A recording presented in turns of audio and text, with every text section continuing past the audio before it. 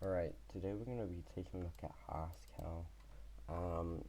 This box is rated at a medium and it's a boots root. I personally do think it's easy, but you know, I'm not going to judge because other people may struggle. So I've already completed this and I'm just going to walk through how I did it. So we'll just have a chat for 5 seconds because why not? So the way that this box works is we have to obviously get the user flag and the root flag. Obviously that's boot to root, and we have to root the machine. So if you're new to this, root sudo root is the highest privilege you can get. Like NT, I think it's NT authority on Windows is the highest you can have as a privilege. Root's the exact same. So our goal is that we want to do root because we can change anything, we can read anything, right? So root is the highest privilege and we want root. So we find flaws in the machine by enumerating the machine as a user to get higher privilege, which is called privilege escalation. So we've got the IP here. We're just going to nmap the box using nmap sc for default scripts, sv for server enumeration. I'm just going to let that. I'm not going to cut this video apart from when I have to Google, because that might be, well, I will have to Google for a reverse shell format. So yeah, is this okay? Is that nmap sc sv? Why isn't this working?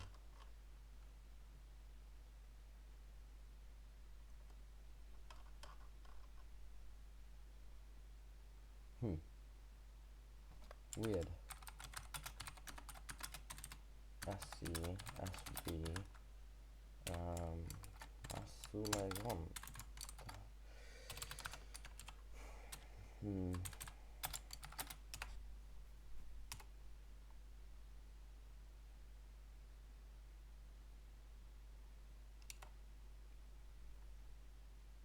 Alright, here we go. Okay, so we have SH open. I mean, it mentions CS, so that isn't all this open. So we're just going to rerun that scan again, and Matt's just being weird. So yeah, we run nmap, tag sv to default scripts, sv for server enumeration, and we put the IP address.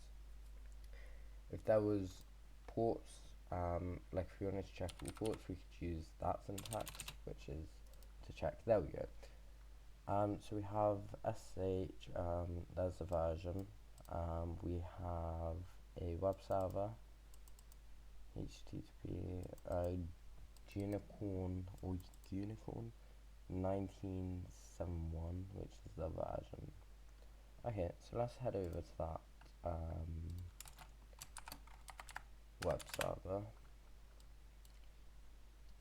Okay, so we have just a web page.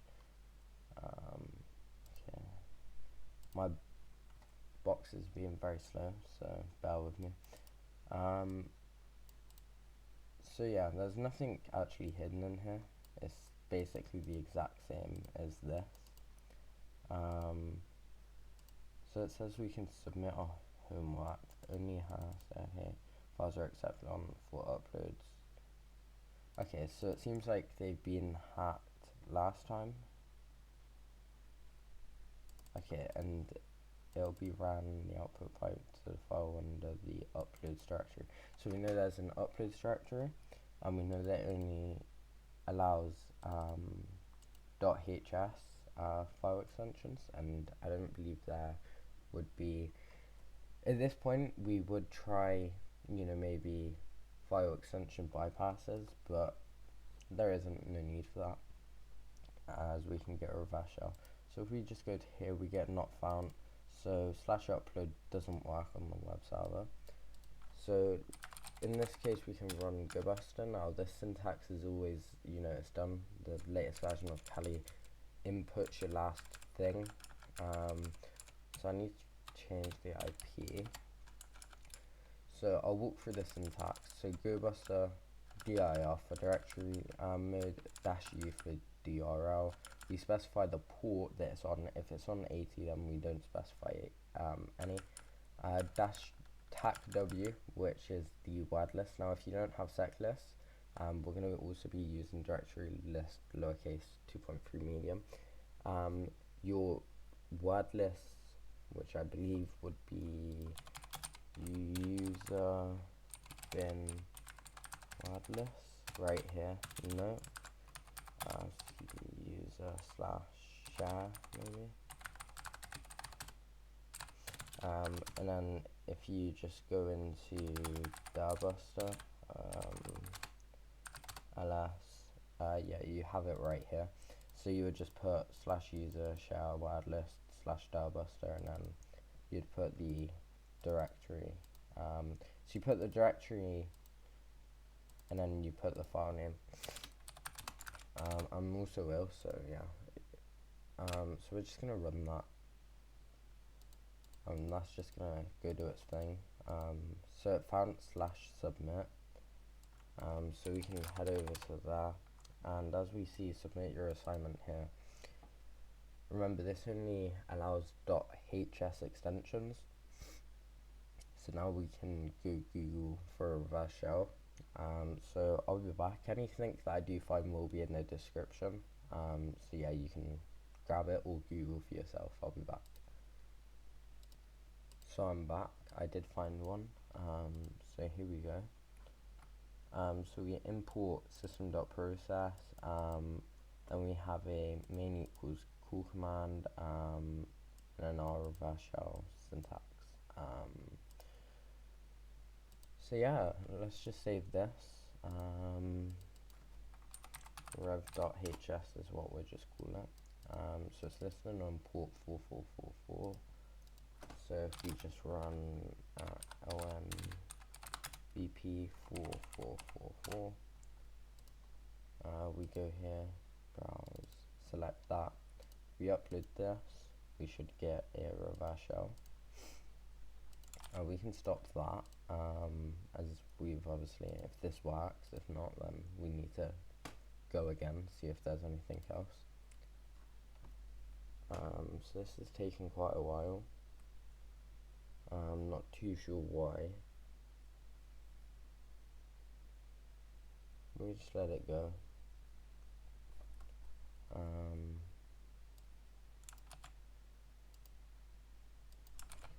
We'll also go to that uploads. Oh, okay, there we go. But obviously we could make sh. It's that. So here we have a shell, as we're user flask and we're in its home directory. Okay. So let's cd to home.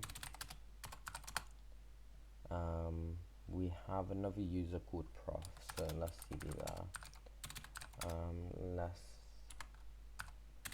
al/home.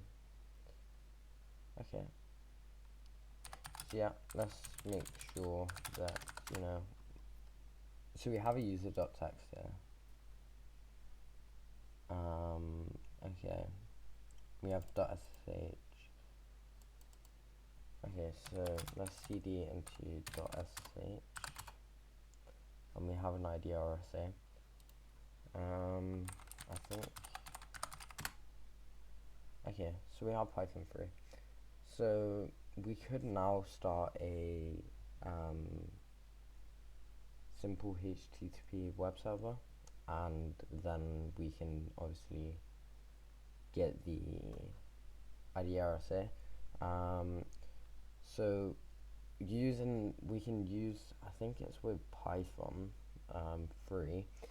So I think it's like Python 3. I ain't used this in a while, so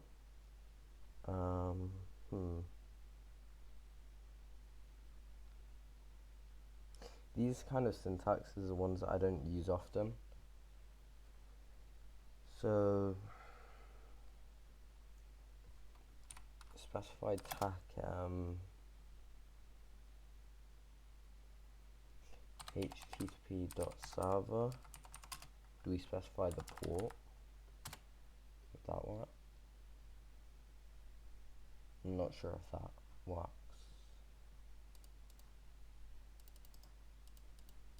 You can try wget.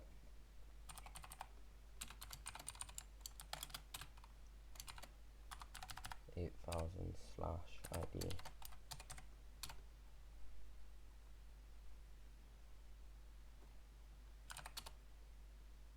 Okay, so I already have it due to previous testing. So yeah, your ID RSA. So what you just want to do is chmod 600 ID underscore RSA, and then you want to sh -i ID underscore RSA prof at, and then the IP. Yes. So hopefully that should work. Okay, there we go. So now we are in. So we can cat user.text, and you can obviously submit that. Now what we could do, so I'm just gonna open another terminal. So that'll be there for later. So now let's see what we can run as sudo. So we can run this user bin flask run. So let's just see what happens when we run that.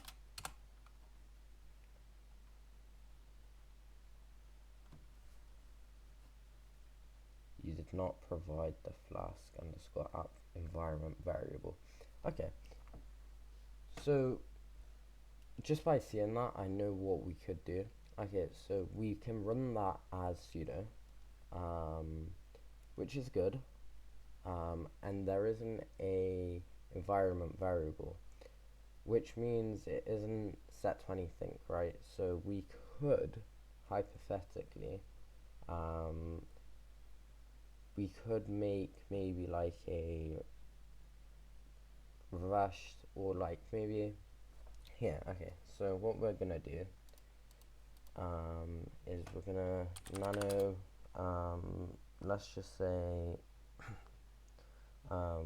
bash dot, no, you know what, we'll just say root.py, right? So here what we could do is user /bin /python import os.system, it's like, is it double quotes? I think it is, bin bash, and so if we just save this, what we're going to do is we're going to set this as the environment variable. So we're going to set that as the variable.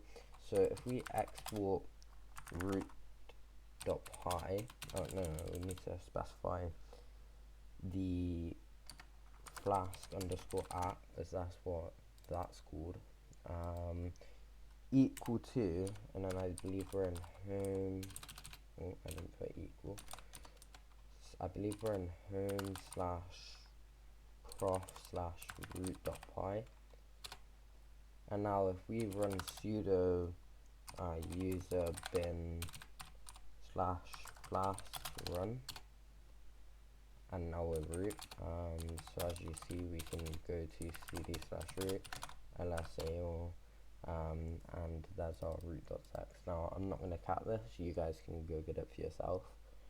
So yeah, now we're obviously root, we can do whatever. So yeah, oh. Okay, yeah.